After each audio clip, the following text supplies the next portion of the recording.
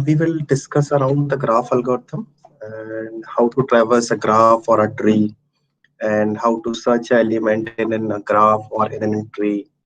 So there will be multiple kind of problems. We will discuss just a few of them for this session. So the main focus is to understand the concept of BFS and DFS so that we can apply on different kind of problems also. So let's start with BFS. I hope everyone can see now. So what is BFS? So BFS is a breadth first search. So whenever we are searching or whenever we are traversing a graph or a tree, we are traversing breadth wise. So when we say breadth wise, what it means?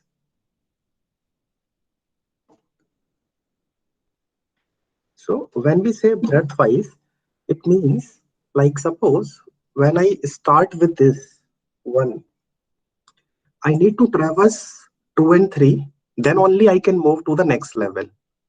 So while traversing a tree, this is a binary tree, okay? So which is having two childs right now. So it could be an array tree also where n number of childs are there. So while you are traversing from a root node, you need to traverse all the childs, then only you move to their childs again. So that is breadth first search. Okay, so for this diagram, if you see the output should be like the ordering of the traversal. So first we will basically traverse 1, then we will traverse 2 and 3, then we will traverse 4, 5, 6, 7, and then in the last we will traverse 8.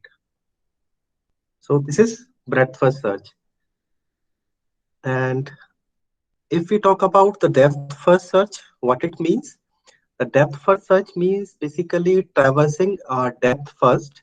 So the normal technique for a binary tree is try to traverse the leftmost branch first. Then once you are done with the leftmost branch, try for the ancestor, like whether there is any unexplored nodes are there or not. If there are unexplored nodes, you traverse those also. So for example, in this diagram, I already mentioned the step 1, step 2, and step 3, and step 4.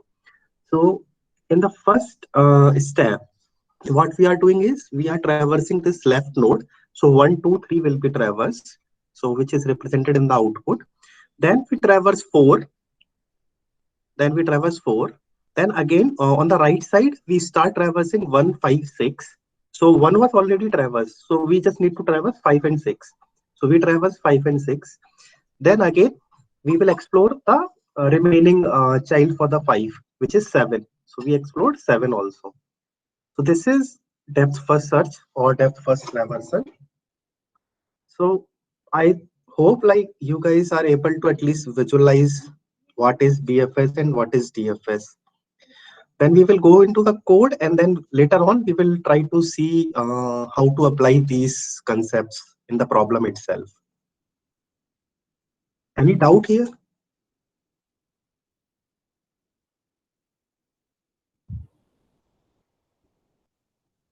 Okay, so let's move to the code part. So I have basically taken both the examples, one for Swift and another for Java. So what could be our normally node is a node can hold a value and it can hold number of childs also. So this is the normal structure we can use for representing a classic tree, which is basically it can have n number of childs also. So that's why we do array or a list. So let's go through with the Swift one and then we will go with the Java one also. Okay. So this is the normal structure which is representing a node. When we are saying node means one of the circle one with a value that is called a node here, which we basically explained in our diagram also. Now with this node, we assume suppose there is a method, and in the method you are getting a root node, and you just need to do the normal BFS traversal and return an array of a traversal. So whatever be the order, you just return that order. That could be one problem. Another problem could be, okay, just print the traversal. Like while you are doing the BFS traversal, try to print all the elements. That's all. That could be another problem. So let's go deep with the coding part. And the code looks very simple, I believe. So for writing the code for BFS, we use a queue. And for writing a code for DFS, we use stack. Okay. Why queue and why stack we will discuss later. Okay. So first, let's go through with this code, like what is happening with the code first. Okay. So what we did is we took one variable called result, which will store the output. Like as we are traversing our BFS or as we are traversing our tree using BFS, we will store the results. And the queue is basically once we have the root node, I will insert that node into a queue, and then I will start my logic of traversing the node. So the first two lines are clear, I believe. Any doubt here? No. No. Okay. Now just we will basically try to run this code with a small example. So we will do a dry run. Okay. So let me take an example. So suppose this is my tree. So for this, the BFS traversal says the 1, 2, 3 could be the order. Okay.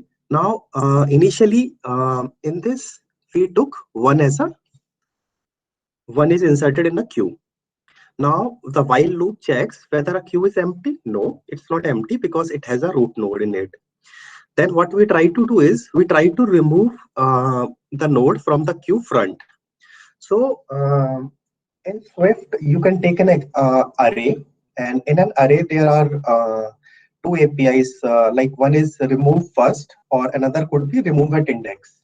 You can use any of those APIs to remove the front element from the front of a queue, and you try to append the element from the back. So for that, you can directly use the append API in an array. So instead of implementing your own queue, you can use this to write the logic in an interview. Okay, so what we did is, suppose this is my queue initially, one, only having one element. So I try to remove this element from the queue, and the current becomes one. Okay, so in the result.append, we added that, so suppose R is represented our result. So initially it was empty, I added one. Then we check, like for the removed node, is there any children or not? So earlier in the node structure, we took a children array. So we just need to traverse that array and find out if there are any children or not. Okay.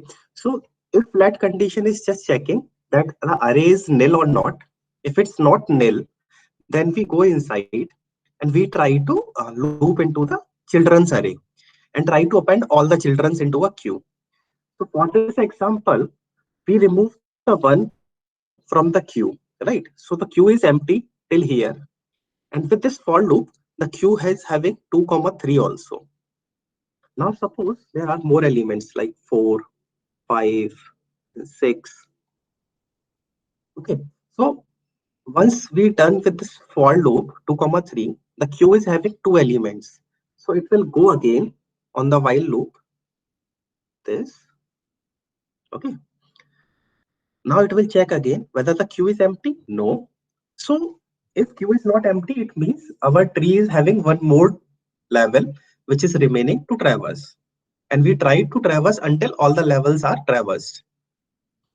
So the next time again it will come. Then again we will try to remove from the front only. So we will try to remove 2. Okay. Then we append this 2 into the result. And now this will have only 3. The queue will have only 3. Now we will check for 2 dot children's. So 2 have 2 children's, 4 and 5. So in this queue, what we need to do is we need to basically just a second. Okay.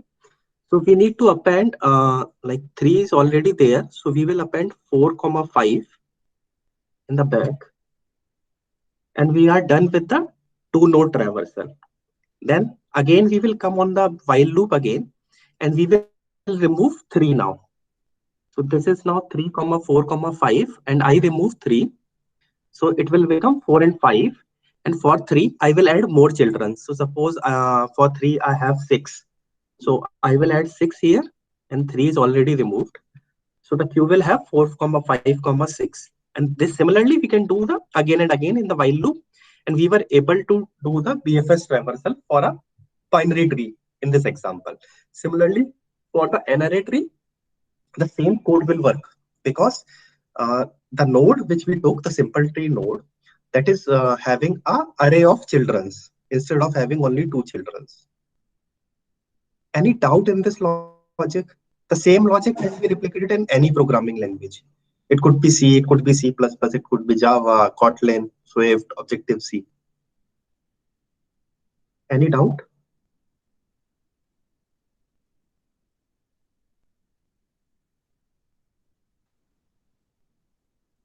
Hello?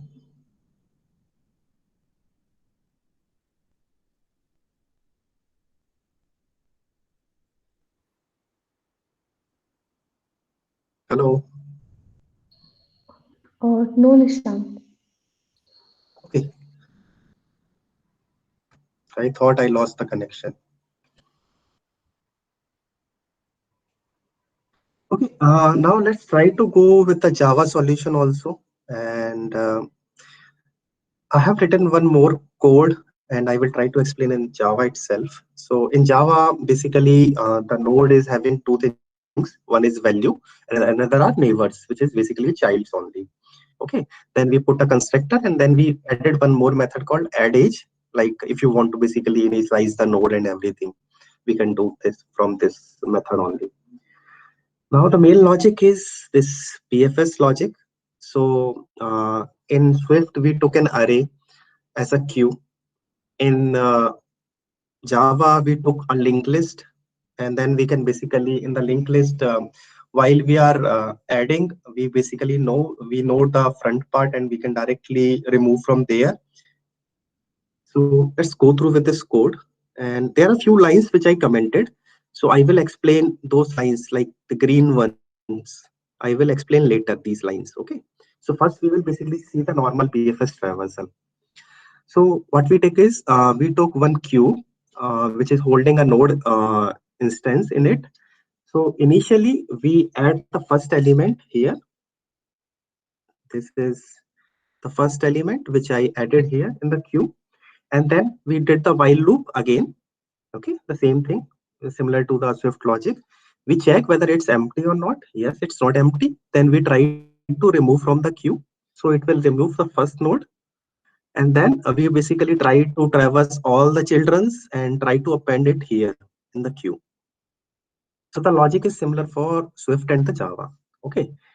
Now suppose this is a tree. When we are talking about currently the BFS traversal, we are considering a tree. Now suppose there is a graph which are like having this like this only. Let me explain. Let me zoom in first.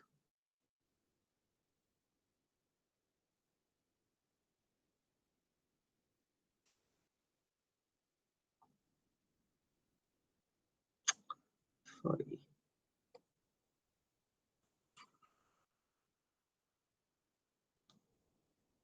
Okay.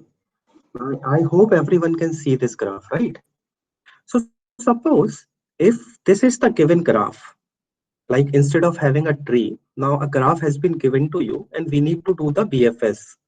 How can we do? So suppose I start with 0. Okay, take an example. I start with 0. I will check the children's for 0. Only one is a child for 0. So I will insert that in a queue and remove the 0 from the queue. Till now, everything is okay. Now, after 1, we have two children for 1. It could be 2, it could be 3. So there are two ways we can go, 2 and 3. So what I will do, I will remove 1 and I will append 2 and 3. Till now, everything is clear. Now, suppose if I remove 2 from the queue, so there are two child, basically 1 and the 4. So there are two ways to traverse. Like either you can traverse to 1, either you can traverse to 4. But earlier we already traversed 1. So if we do not consider that we already traversed 1, what will happen? We will again try to insert 1 into the queue and then 4 into the queue. And this will go on because of this cycle. Because we have a cycle here, and this will lead to a infinite while loop, which we written for the normal BFS traversal, and which will lead to time limit exceeded and failure of your program. This is clear for the graph part.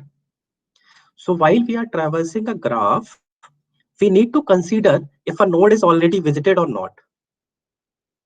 Okay, now we will see how do we consider that. So we will just see the example of Java only. Just a second, let me zoom out.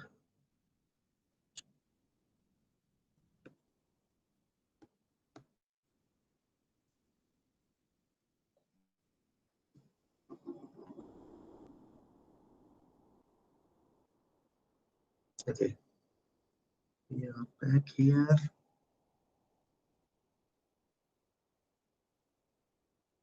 Okay, now try to see the commented line in the Java code, okay, which is highlighted through the green arrow.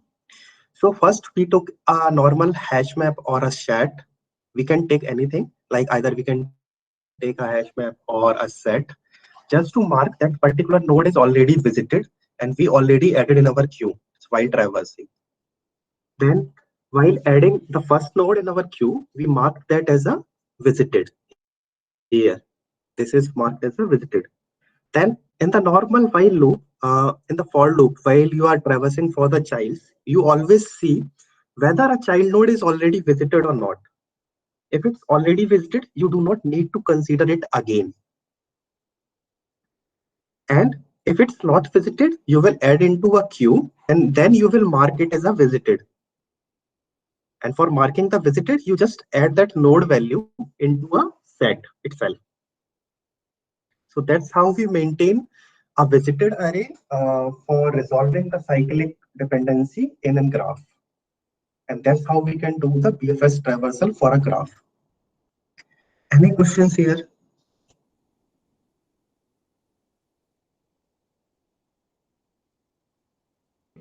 Nishant? Yeah. Yes. So instead of using a data structure to store the visited or not, can't we use like inside a node class inside a node class, can't we use a property like Boolean is visited to store?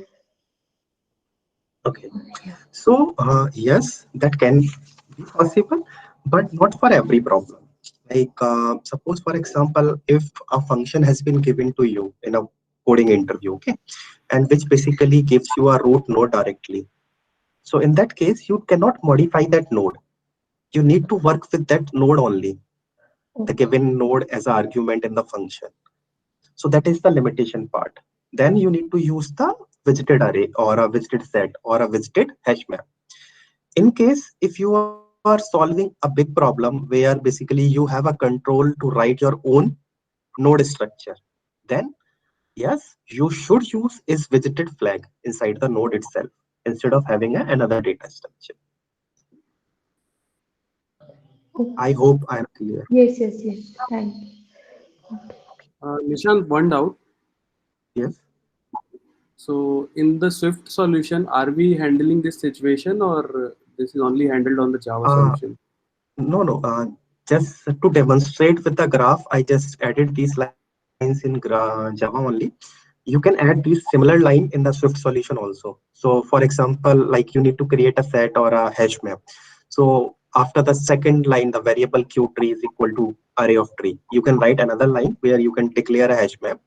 And then later on, you just mark that as okay, the tree node, the first node as visited true. And then in the for loop at the bottom, you will basically add the condition similar to the Java code. So basically here you will add two lines where I put a green arrow. And here you will basically mark it as a visited. And here you can declare a visited array or a visited set or a visited hash map. It's up to you. Okay, okay, got it. Yeah. Any other question? If not, then we will move to DFS. Okay. I hope this is clear because now onwards, like there are almost like I see around 80 problems, 84 problems on lead code, which is dependent on hash this BFS and DFS only. And out of these 84 problems, almost 30 problems are normally asked in the interviews. Like even like I have faced or my friends have faced those problems in their interviews. So that's as per my experience. So these concepts are very important to learn before going into the solving the problems. Okay. So let's move to Nishan, the DFS one. Nishan, Yes. I think I mean, you already add that part. Like, and same doubt. Like, I think someone asked that we are using hash set, right? We are using set instead of like array because in the case of the graph problem, most of the time we know the vertex, like how many vertex we have, how many edges we have, right?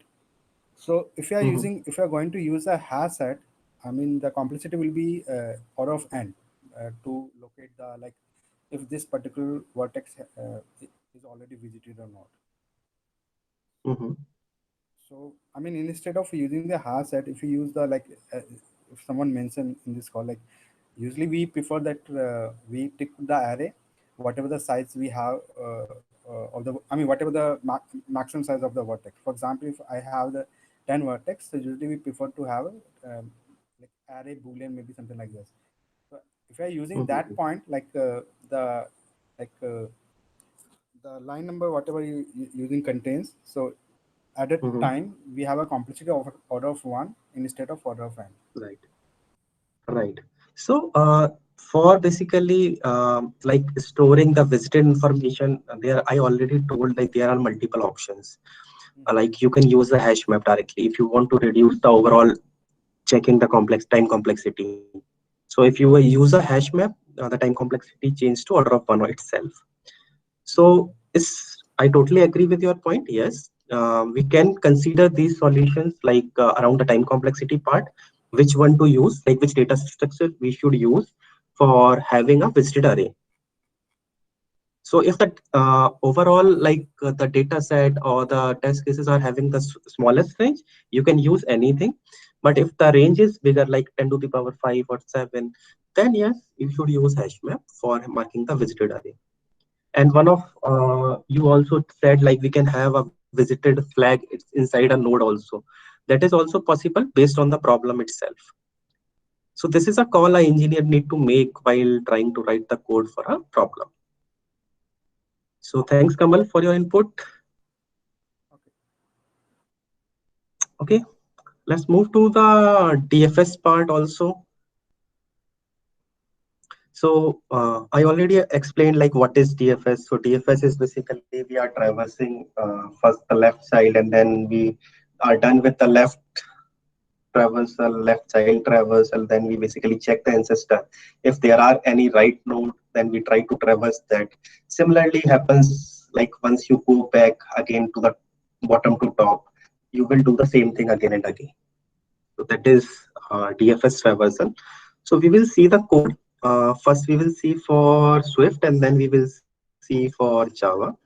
Okay, I have zoomed both the codes so that everyone can see. So what we did is instead of having a queue, we use a stack here. Why stack? Why not queue? Because queue is basically we are appending elements and then we are removing from front and appending from back. Okay, so it will always maintain the order. But when we are talking about stack, so it will basically like whenever you are traversing through the stack, so it will always take the latest element and then try to pop out from the stack and then try to append new element. So using a stack will basically create a normal stack logic while you are traversing a tree or a graph. Okay, let's see our example.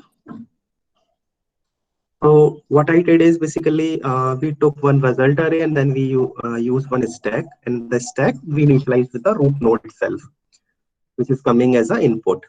Then we check, okay, whether the stack is empty. Yes, it's not empty. Then we try to remove from the stack. So basically we did the pop, and the pop is order of one because in the stack the push and pop both are order of one only. So we pop from the first root node, and then we check whether basically the node is not nil or the empty, because the pop is like option, it returns optional value for Swift. So we first check that, and then we try to append into the result array, and then we check for their child array.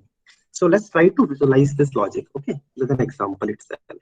So suppose this is a tree, 1, 2, 3, 4, and 5.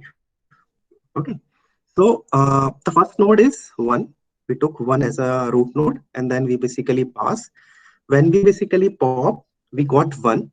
Okay. Now we check for their childrens. So 1 has 2 childrens, right? 2 and 3. So let's create a stack also just to visualize. Okay. So suppose this is my stack. So initially I took 1, and then I remove 1 using this pop API. And then I need to append these children, right? So suppose I basically insert 2, then I insert 3. So basically while we are appending, so it will basically insert in this order only. And then when we basically try to remove it from the stack, we pop element from the top only. This is clear?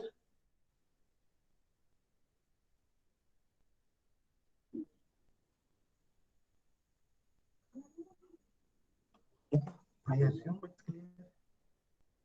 So now the logic is clear. Similarly, as I told, like suppose if you have a graph, and then how do you basically maintain like whether a particular node is already visited or not?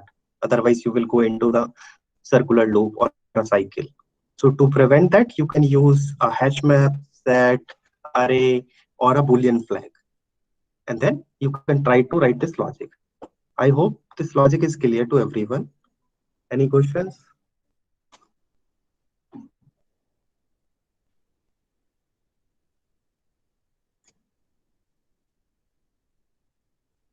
Okay.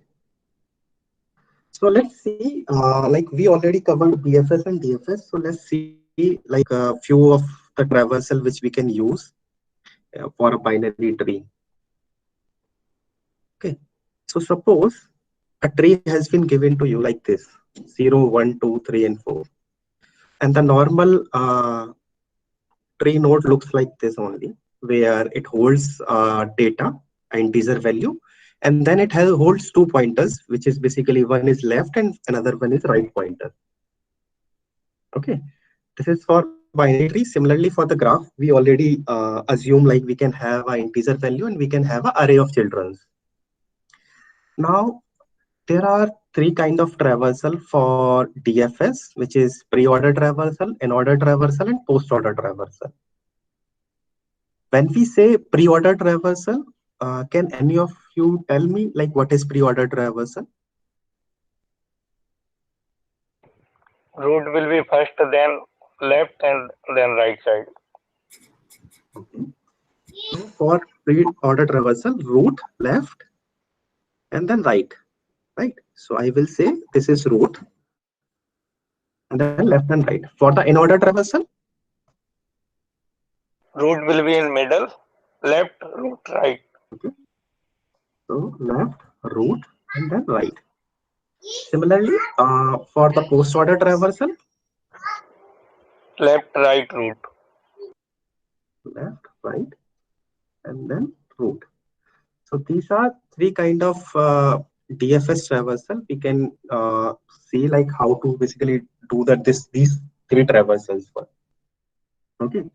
So first of all, what should be the output while traversing through the pre-order for this tree, which is given here in the diagram? So first we basically try to traverse the root, then we traverse left node, and then we traverse right node. So if you see this, just a sec, okay. Yeah, so if you see the output for this tree, so what we did is here, first we traverse the root node, which is 0. Then we traverse the left node, which is 1. Before going to the right node, the left node is also having their childs. Now the left node will become root, and we need to traverse their child, like left and then right. So we traverse the left, then we traverse the right, and then we traverse, go back to the 0 root node where we have the remaining right left. So I print like this.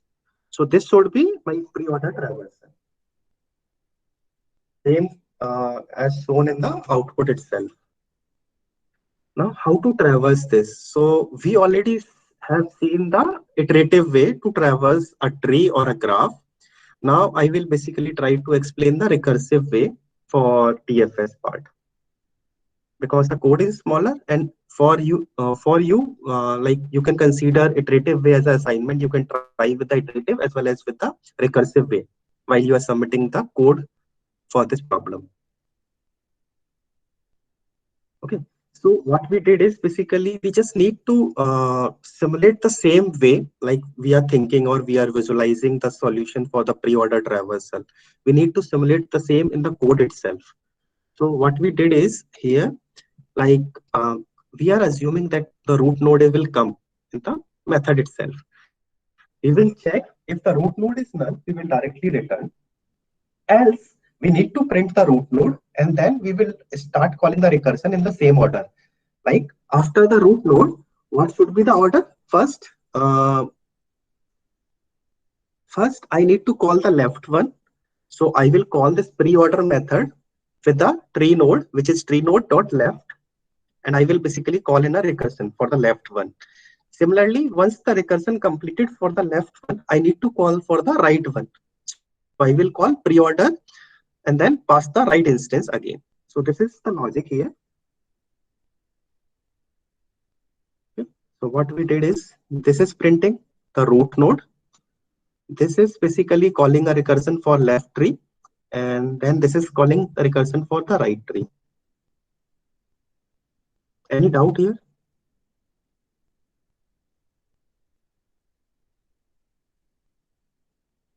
No, Nishan. Okay. So let's move to the in-order traversal. So in the in-order traversal, like as Janian told, the root node should come in middle and the left node should come first. So while writing a recursion, we will call the left recursion first. Then we print root node here, and then we call the left, then root, and this is right. We are following the same order which we mentioned earlier. So this pre-order, in-order, and post-order are basically change of the position of a root node. So in the pre-order, the root node will come first. In the in-order, root node will come in middle. In the post-order, root node will go into the end itself. Okay. This code is also clear. Similarly, for the post-order, like first we basically traverse left, then we traverse right, and then we basically print the root node. Same is shown over here also. So we can write the recursive code here, right? For writing the iterative code, what could be the possible approach? Okay, just it's just for your assignment. Try to write the iterative code for pre-order, in-order, and post-order. In case if you feel any difficulty, ping me. Okay, so these are 3 DFS-based traversal where we basically follow a particular pattern and then we try to traverse the tree itself. Now we will check one more traversal. One is called level order traversal. And when we say level order traversal, it means, suppose if this is a tree,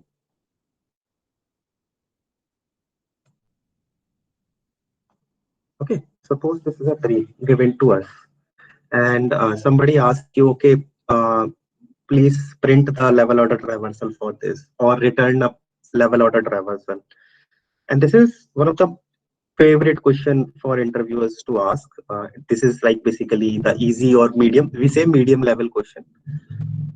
So when we say level order means this is level 0, this is level 1, this is level 2.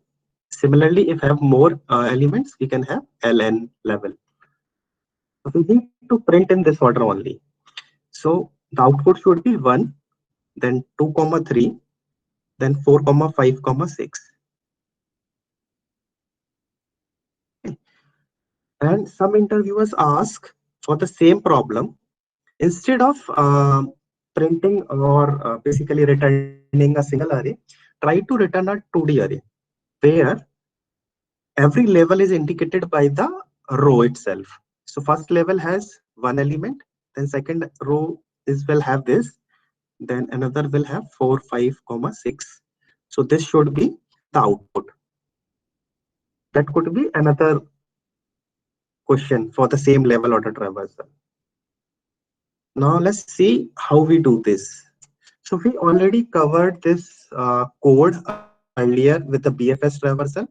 In the BFS traversal, what we did is we first traverse the first node, then we traverse these two child nodes. Once we are done with this, then we move for their again the child node. So the same logic we can apply here in the code, and we can finish this problem. Now another variant of this problem could be, instead of like following this direction 1, 2, 3, then 4, 5, 6, which is mentioned in the 2D output array. Another question could be, can you print in a zigzag order? So zigzag means basically you start with this, then on every level the direction will change. Something like this. So the output should be then 1, then 3, 2, then 4, 5, 6. So in this way, can you traverse like this? So that could be another problem. Then another variant of this problem could be, could you please print the left view of a tree? So when we say left view of a tree, it means this.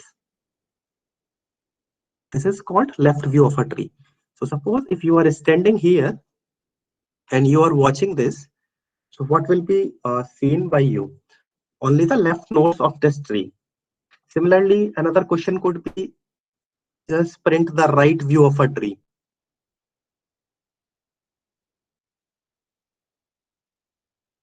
Okay, these are some of the variants, and the same solution we can use with little bit modifications to solve all kind of variants for the level order traversal problem. Another problem could be, can you connect the same level nodes? Like the first node cannot be connected, so we just connect with the null. Then the second level, basically the level 1, just connect 2 with 3 and 3 with null. Then 4 connect with 5, 5 connect with 6, and 6 connect with null. Can you do this also? So there are multiple variants of problem which can be solved using level order traversal itself. And that level order traversal just means a BFS traversal. You just need to tweak a little bit for every kind of problem. So we will see the normal level order traversal, where basically what we did is basically we created a queue and we appended the root element, then we check whether it's null or empty.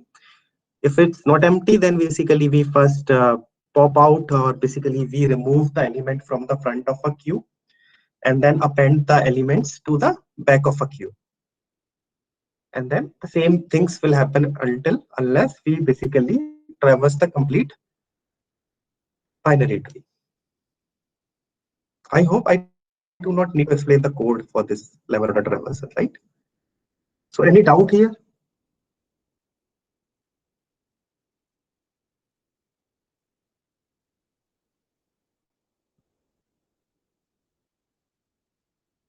Okay, so the silence means no doubt. Okay, so for today, I believe we covered BFS, TFS, and then we covered pre-order, in-order, post-order, and level order traversal. So total these 5 or 6 small topics. Now, based on these topics, you will get multiple problems.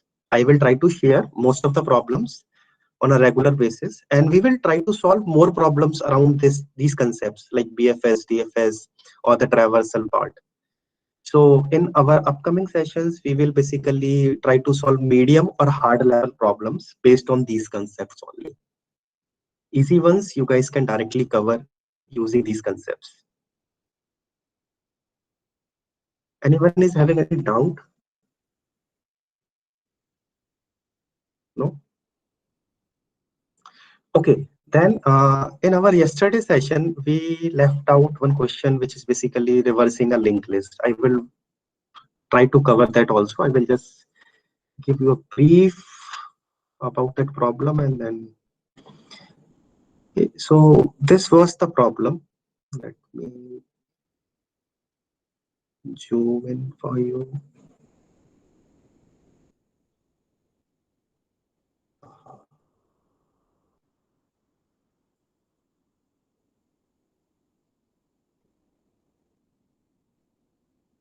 Okay. So this is the problem, basically detecting a cycle in a linked list. How do you detect a cycle? So suppose a linked list head has been given to you, and you just need to find out whether a cycle is there or not, and you need to return a bool value. So there are two kind of solutions. One is basically Floyd cycle finding algorithms, which basically says you can have 2 pointers. One is slow pointer, one is fast pointer. Slow pointer will basically traverse at every step. A single step will taken by the slow pointer, and the fast pointer can take 2 steps at a time. And once the slow pointer and the fast pointer meets, we say the cycle exists. That is called Floyd cycle finding algorithm. Another approach could be you can directly take a hash map or a set or an array, which basically marks like all the nodes are visited, you will mark them as a true. And while traversing, if you find another node which is or find another node which is already visited, it means a cycle is there already. So that could be the another possible solution. So I will just give you a glimpse of the solution. I do not need to go through with the code part. Okay. So this is the Java one, the first one, where we use basically a set or hash set. Similarly, for the Swift solution, I try to write with the hash map itself or a dictionary. And I just basically traverse a linked list normally in the while loop and see if the node is already containing the current node or not. If it contains the current node, just return true. It means the cycle has been found. Okay. Similarly, another solution is basically the Floyd cycle finding algorithm, which is basically having 2 pointers. So here we took 2 pointers, slow and fast, and then we check whether in a while loop, if we are unable to see like slow is not equal to fast, it means there is no cycle and the traversal of a linked list has been finished. So you can directly return there is no cycle. If basically the slow pointer is equal to fast, it means it's a cycle, and then you can return it's true. So that's the logic here. I do not need to go with the code itself. Okay. Nishant, can you once again repeat the first solution? I missed the Okay. The last. first solution is basically having a hash map. So suppose take an example of this linked list itself. Okay. So in the hash map, you will basically traversing while you are traversing this linked list, you will say, okay, mark this as a true, mark this as a true, mark this as a true, mark this as a true. And because of this link node, right, you will again visit 2. And while you visit 2, you will find it's marked already true. Then you will say it's a cycle. So let me Nishant, go through with the Nishant, it code will again. work only. Nishant, it will work only when we are storing the address. Just imagine that if we have a duplicate, for example, the linked list is 11111. Mhm. Right. I mean, just imagine the linked list. We have only 1111 in the linked list. So Java Right. point of view, Yes. in C++, In that case, yeah, Kamal. yes, actually C++ point of view, the C plus guy have the access to the memory address, so they can access.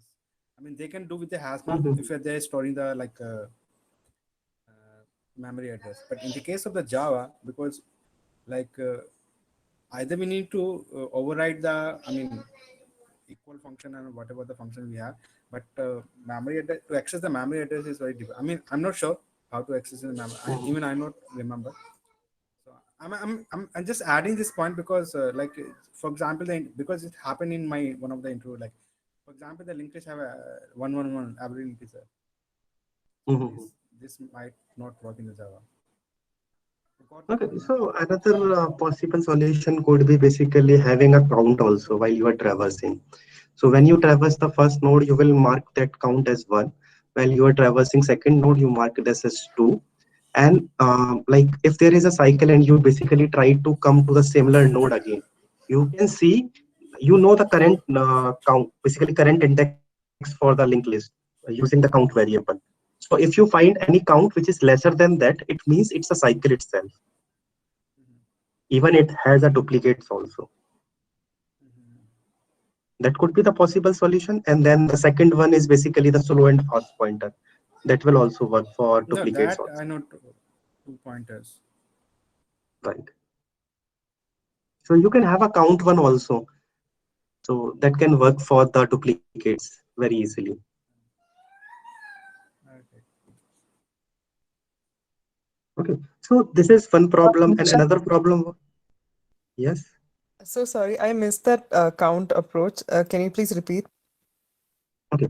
So suppose while you are traversing a linked list, assume you are traversing a array. You are just assuming. Okay. So you will have a count variable which is initialized to 0. And while you are traversing a linked list node, you will basically keep that count variable information. So suppose this is C. C is 0 here. Then for the first node, it's 1, then 2, and then 3. So we already visited count 3 elements, right? So suppose Yeah, if you again try to visit this node, you will have C1, right? But it should right. be greater than 3 only. If Okay, it's not yeah, greater than 3, it means you are traversing a node which is already been traversed. yeah, yeah. Yeah, so that could be another logic you can incorporate in our current existing logic where you use a hash map just to compare these two value elements for the linked list. Instead of comparing the value node, you can have both the information, the value, comma, the index part. And while you are basically getting the same node again, you will just see if it's a duplicate value, it's okay. You will see the count. If it's count, okay, less than the existing one, it means you already traversed that node already. Yeah. Okay, so the count is the property inside the node itself. या फिर You can basically, like in the hash map itself, you can have a tuple, or for example, okay you can have a okay node which will basically store the value and the index itself. Or uh, you can try to run using the count logic itself, like just take a variable, and if any node is having the count variable index as, like for example, let me give you an example. So suppose when you traverse the first node 3, so you store 3 in a hash map, which is basically having the index 0. Then you store 2 with a hash map index 1. Then you store 0 with the index 2. Then you store -4 with the index 3. Now, the next time you come to 2, you will see whether this is existing in the hash map. Yes, it exists. What is the count for this? 2? It should be 4, right? If it's not a duplicate element or if it's not a cyclic element. Right, Then right. you check the count Isn't here. this approach So the will count work is only less than when this. The count is less than this. It means it's a cycle itself. So that could be one way to write a solution. There are multiple ways to write the solution. I hope I'm able to answer your Yes, query. sir. So, I have one more doubt in the second approach. Okay. Basically, there is a slow pointer and a fast pointer. Okay, so fast will be the speed of the fast pointer will be double of the slow, you know, because Right. slow is equal to head and the fast is equal to head of next. So, is Right. it necessary? Like, if I do, what if the speed of fast is twice of slow? So will this work? Uh, To that's why is Floyd cycle finding algorithm. So it is designed by Floyd, a person who basically tried to do some data-based experimentation, and then he find out and he suggests like for a linked list, if you basically iterate for like basically the slow and the fast pointer using the slow and fast pointer, there will be a unique point. If it's a cycle, if it contains a cycle, there will be a unique point where the slow and fast pointer meets. If you use basically thrice one, or like it could be quadruple also, so that I am not sure like that will work or not. okay, okay, okay. Thank you. Okay, so another variant for this problem is basically linkless cycle too. So in this, basically the question says, just tell me the node which is basically creating a cycle. So I think that can be also find using these two solutions itself. Okay, so I do not need to explain the solution part, I believe.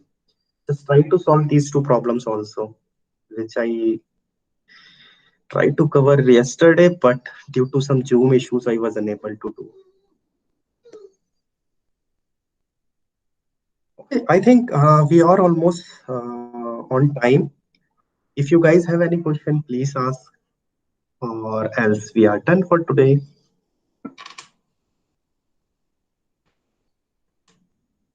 Okay, then, no questions. Thank you so much, guys.